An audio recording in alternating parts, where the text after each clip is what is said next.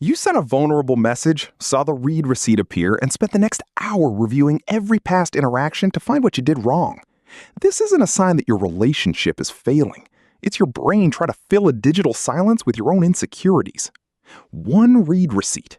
Your whole evening is gone. You'll understand why digital silence triggers this reflex and learn how to step away from the screen when it happens. But why does a glowing rectangle feel so dangerous? The void you try to fill. The screen glows in the dark.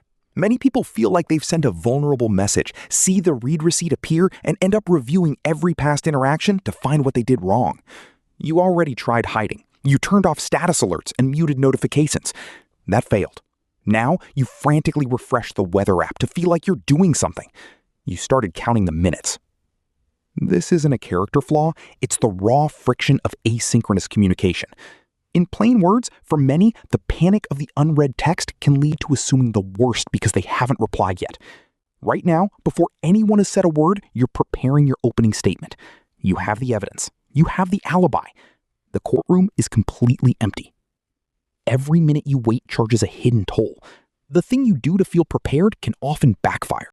When nothing becomes a threat. Picture a blank whiteboard where you decide to draw your own grade. You read their silence as a judgment. You watch the empty thread and convince yourself they're drafting a rejection. The delay is just a gap in time, yet you treat it like a scheduled performance review. When physical cues vanish, it is easy to let your worst fears take over the narrative. The quiet can sometimes act as a mirror for your own insecurities. You spend the afternoon mentally apologizing for a mistake nobody made yet. The blank whiteboard holds your own drawing, and you react like a stranger put it there. You might feel a drop in your chest before you can even name the emotion. To break the loop, you must pull the dread out of your head. Make it physical. Saying the words aloud separates the fictional story from the actual delay. The room may start to feel less like a waiting area for bad news. Name the assumption you are making about the silence. You might find that the catastrophe sounds different, or perhaps less daunting the moment it leaves your mouth. That is just one isolated delay. What happens when the message stops being a single event and turns into the only thing you watch? The proof that isn't real. One path keeps you checking the chat.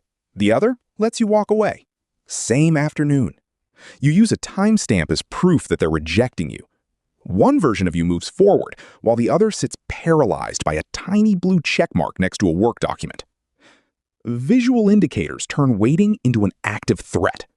The moment that status updates to seen, the internal pressure spikes. The glass becomes a one-way mirror. You watch them open your letter, and then they immediately turn their back. The wait can feel like a deliberate withdrawal of affection, causing you to look for evidence to justify your panic. Removing the visual trigger breaks the cycle. When you hide the indicator, you cut off the supply of fake proof. Your shoulders drop. There's nothing left to monitor, so the fear starves. Put the phone face down for 30 minutes. That's the whole move. Not a speech, not a plan, only the phone face down. Timestamps dictate your mood in every area of your life. You are carrying this weight into your personal time, and the price of it is higher than you think. The trial in your head. You already tried rehearsing your defense in the shower. It didn't hold. You mentally rehearse apologies for a conflict that hasn't happened yet. While waiting for a reply, you draft 3 different excuses for the dishes. A delayed text makes you assume they're angry, so you build a case. That's hiring an expensive lawyer for a crime no one accused you of committing. You stand in the bathroom. You plead your innocence to an empty room. Rehearsing your side of the story doesn't prevent a fight. It only exhausts you before anyone even speaks. You spend 20 minutes arguing out loud with a shampoo bottle. A text arrives. They wanted to know if you bought milk. That confrontation never happens, and nobody said a single word. You still feel the heavy drain of a full screaming match. Your hands grip the counter. You fought nobody, but you took real damage. The energy you lose today is the cost of a war that never started. It's the fuel you won't have tomorrow. Why waiting feels like work. You refresh the page to feel something happen. You check the display repeatedly because the pause feels like losing control. The draft went out 10 minutes ago, and you've already reloaded the portal 12 times. You don't really believe anyone's opened it yet. The constant monitoring mimics problem solving. It tricks you into believing you have agency over the outcome. Every time you tap the glass, you pay an attention tax.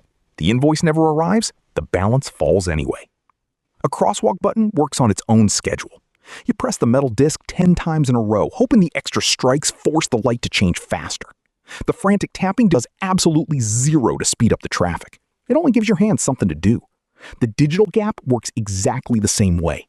You keep swiping the display, treating a simple lag in communication as a mechanical override you can punch your way through. The illusion of control breaks when you ground your body in the real world.